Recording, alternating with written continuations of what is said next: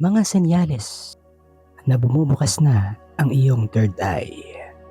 Number 1. Pressure o sensation sa gitna ng noo.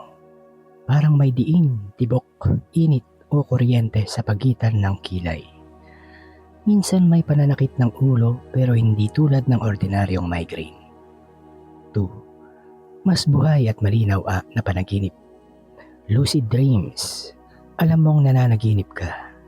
Paulit-ulit na simbolo, aral o mensahe sa panaginip.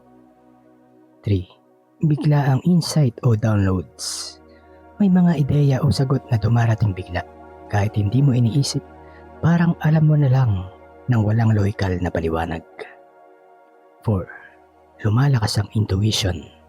Mas mabilis kang nakakaramdam kung sino o ano ang totoo. Nagiging sensitibo ka sa enerhiya ng tao o lugar. 5. Pagkakita ng liwanag o kulay kahit nakapikit.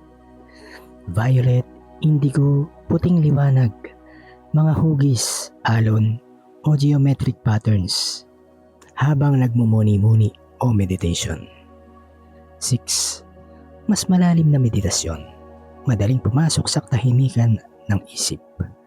Pakiramdam na lumalawak ang kamalayan. 7. Pagkawala ng interes sa superficial na bagay. Hindi na masyadong naaakit sa drama, chismis o mababaw na aliwan. Mas hinahanap ang katotohanan at kahulugan. 8. Pagiging mas mapagmasid. Nakikita mo ang patterns sa buhay. Mas nauunawaan ang mga aral sa mga nangyayari. Mahalaga ring paalala, hindi lahat ng sensation ay espiritual. Minsan, stress, puyat, anxiety, sobrang stimulants. Importante ang grounding, sapat na tulog, pagkain, paghinga at balanse sa araw-araw na buhay. Kung talagang bumubukas ito ng natural, hindi ito minamadali, kasabay nito ang paglago ng kamalayan, compassion at clarity.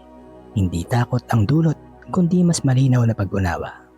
Kung takot ang iyong nararamdaman sa pagbukas nito, ay hindi iyon galing sa lumikha, kundi galing iyon sa kampon ng kadiliman.